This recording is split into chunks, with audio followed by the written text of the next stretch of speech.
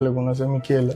भीती नव्हती का अशी की आपण आता मराठी रॅप काहीतरी वेगळा एक्सपिरियन्स आहे, आधीच या लोकांना काही सक्सेस नाही किंवा एवढा ऐकला जात नाही, मग आपण सुरुवात करतोय, मग ती कशी मनाची तयारी केली आणि कसं? भीतीचा विषयच नाही. मी पहिल्यापासून असं फकीर मलंग माणूस आहे मी, नाही का.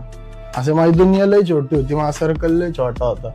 माझे 4-5 मित्र, माझे घरदार, आणि मला माझ्या लोकांकडनं कधी असं वाईट ट्रीटमेंट नाही भेटली. पहिल्यापासून समाजाकडनं भेटली ही गोष्ट वेगळी, पण माझी लोक नेहमी माझ्यावर प्रेम करायची.